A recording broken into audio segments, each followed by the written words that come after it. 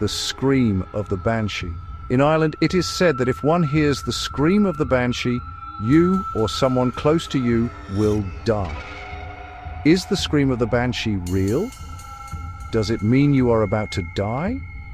Let's take a look. Check out this video and be sure to subscribe.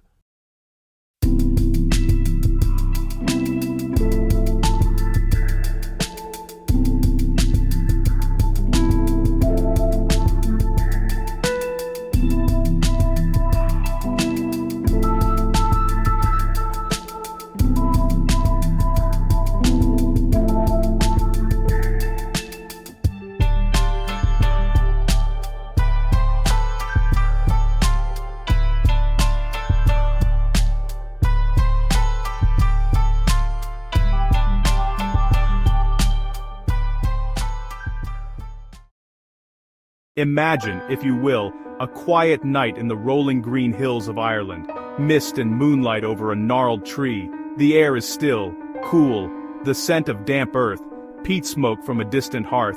All is silent, leaves rustle in a lone hawthorn. Then piercing the quiet, a sound begins. A sound unlike any other. A long, mournful cry. A ribbon of pure sorrow. High-pitched. Ethereal. Grief so deep it chills the marrow. According to centuries of folklore, this is the cry of the Banshee, a harbinger of death. The word Banshee is steeped in Gaelic history, from Old Irish Benside. To truly understand the Banshee, one must journey back in time to an Ireland where the veil was thin. The legend did not spring fully formed. It grew from ancient Celtic beliefs about spirits' ancestors, the sacredness of family lineage. The Banshee is described as a solitary female spirit, but her appearance is famously inconsistent. Sometimes she is a beautiful young woman with flowing silver hair, eyes red from weeping a vision of ethereal sorrow. At other times, a stooped, terrifying old hag, a crone with a shrouded face, a malevolent glare. In some traditions, she is washing a blood-stained shirt, the shirt of someone about to die, known as the bean knee. She might be tall and spectral or small and hunched. The primary evidence for the Banshee's existence, if one can call it that, falls into three distinct categories, each offering a different texture to the legend. The first, and most abundant, is the vast ocean of folk tales. These are the stories passed down orally, from grandparent to grandchild. The local legends that attach themselves to specific places, a certain bridge, an ancient ruin, a particular stretch of road. These tales form the very bedrock of the Banshee mythos, establishing the rules of her appearances and the nature of her cry. They are the collective memory of a culture, preserved through vivid and often frightening narratives, polished smooth by countless retellings over centuries. The second type of evidence comes in the form of personal, eyewitness reports. These are contemporary or near-contemporary accounts from individuals who claim to have experienced the phenomenon firsthand. A person might recount hearing an inexplicable wailing outside their window on the night a relative died, even if that relative was hundreds of miles away. Sometimes, entire families report hearing the same sound simultaneously, lending a certain weight to their testimony. The third category is what we might term historical notes. The folk tales surrounding the Banshee are as varied and numerous as the Irish families they are said to follow. A recurring and powerful theme within these stories is the idea of an ancestral bond. The Banshee is not a random spirit who cries for just anyone. She is fiercely loyal to specific, ancient, Irish bloodlines. The belief holds that the great Gaelic families, the O'Neills, the O'Briens, the O'Donnells, the O'Connors, and the Kavanaghs, each have their own Banshee. This supernatural attachment was seen as a mark of prestige, a sign that a family was so ancient and noble that even the spirits of the otherworld took notice. To have a Banshee weep for your kin was a somber, yet distinguished honor. One common narrative strand tells of a Banshee who was once a mortal woman, a gifted singer or poet, deeply cherished by the clan's founder. To move from the general to the specific can often be illuminating. While thousands of stories exist, let us consider one particular account, a simple and unadorned story passed down in a family from County Clare. It was related by an elderly woman named Sinead, who spoke of an experience from her childhood in the 1940s. Her voice was steady, her memory clear, as she recounted the events of one particular night. She was about 10 years old, sharing a small room with her two younger sisters in their modest cottage.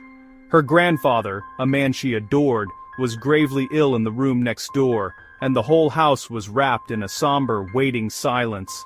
The night was black as pitch, with no moon to speak of. We were all meant to be asleep, but you can't sleep in a house that's holding its breath. Sometime after midnight, I heard it.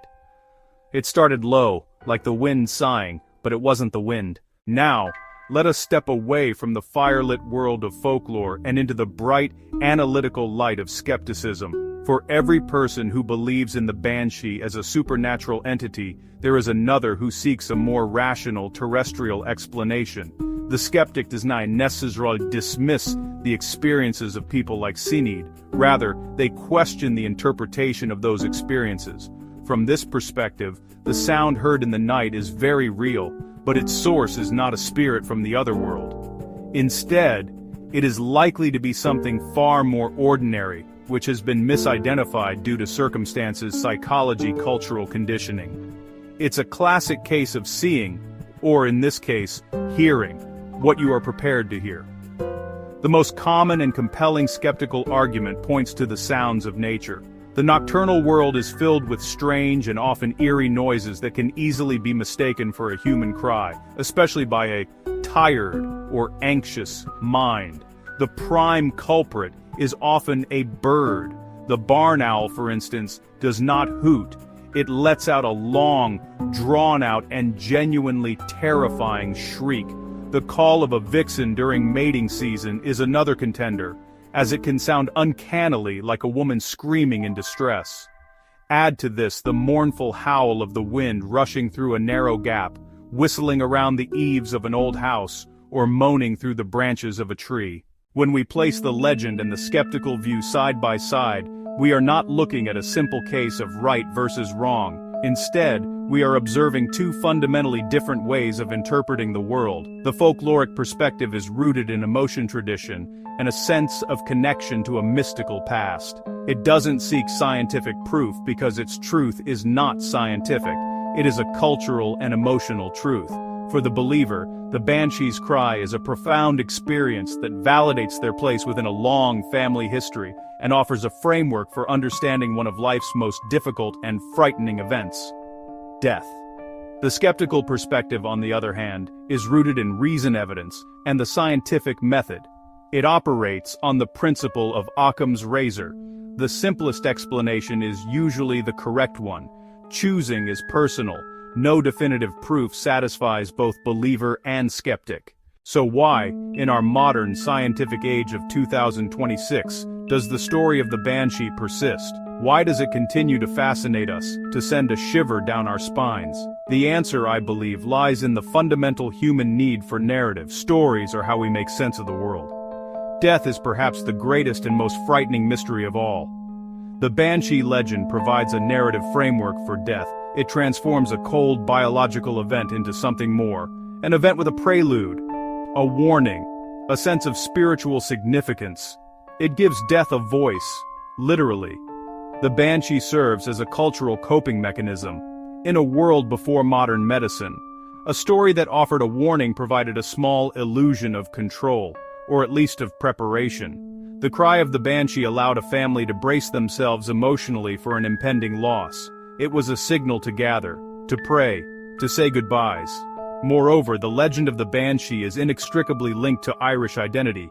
It is part of Ireland like shamrocks, harps, and the Gaelic language. We have traveled a winding path from the misty origins of an ancient legend to the clear-eyed analysis of the modern skeptic. On one hand, the Banshee as a spirit messenger, a loyal, weeping guardian whose cry is a somber note in the great symphony of Irish folklore. This view gives us a world rich with meaning bonds of family that transcend death, the passing of a soul, as a supernatural announcement.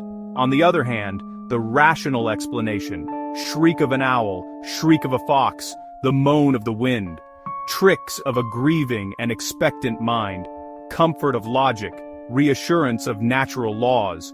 Choosing between these explanations is personal. Perhaps truth lies somewhere in between.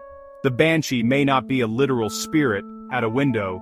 She is a powerful cultural entity, a potent symbol of grief and heritage.